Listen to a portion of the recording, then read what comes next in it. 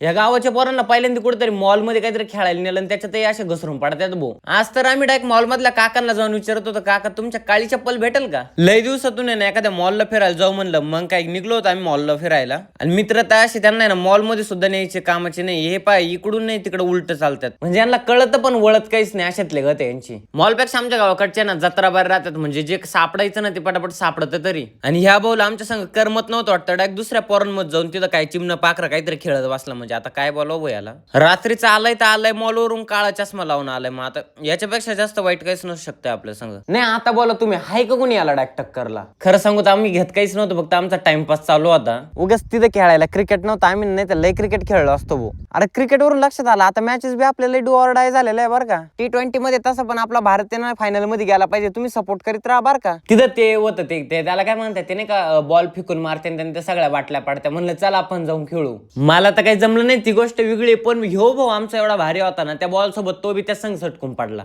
झालं त्याच्या ओराचा लॉरन काय. मग आता हातोडी मारायच्या गेम मध्ये तर डायरेक्ट बाहुबलीच बनलो होतो मी. डायरेक्ट उडी मारून आता म्हणलं आता तुटत काय काय माहिती. हे बाहुबली झाला, त्याच्यानंतर बल्लाल देव बी आला. मग काय मस्तपैकी भरपूर मजा आली, म्हणजे खरंच चांगली मजा आली बुवा.